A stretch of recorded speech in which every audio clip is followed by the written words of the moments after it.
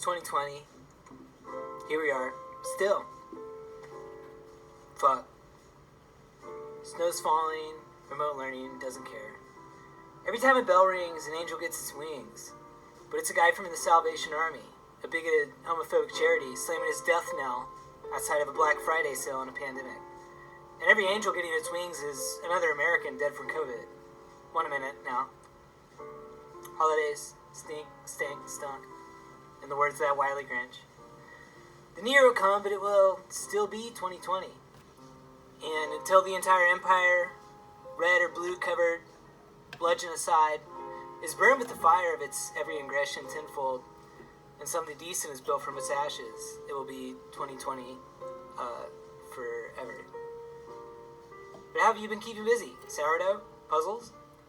Picking up video games even though you know part of you won't ever come back from it?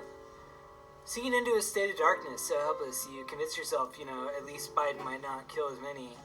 And then Pete Buttigieg, worm he is, becomes the Secretary of Transportation. And I ask him today, how fast can a worm crawl? For This American Life, I'm Ira Glass. Despite depleting WBEZ Chicago, I've gone cold and no longer care. I'm not that little boy anymore, and you're nothing without me. But in the flurry of new hobbies, as many people struggle to find a purpose that would make time pass, though not help them make rent, some in the New York metropolitan area, the Windy City, took to birding. Fledgling chick hobbyists, still learning the names of species and camera lenses alike. However, with every subculture, there are gatekeepers. People that want to keep things the way they were. I'm in Central Park today to learn a little bit about the old guard and their struggle with the newcomers, inflicting on their passion.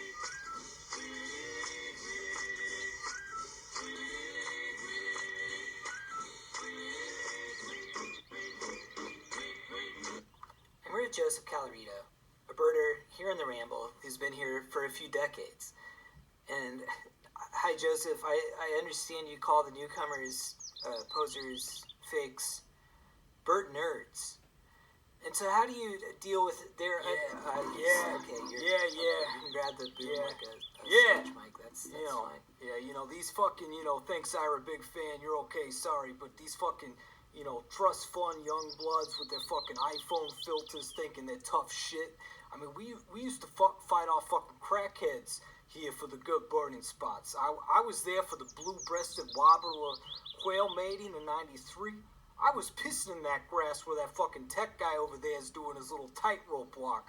For 36 hours I waited. Yeah. Just for that perfect Kodak shot. No, totally. If you never used a Kodak, you ain't shit. And just the other day, this little guy in one of these, those hoodies, you know the kind, no mask, comes up and scares off a tufted New Brunswick waffler.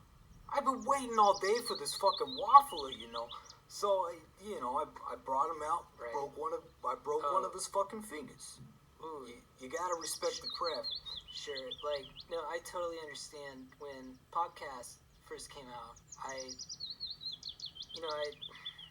hurt some people, not people that didn't deserve it. And Joe Rogan, if you're listening, you're not shit. You'll never be shit. You know where to find me.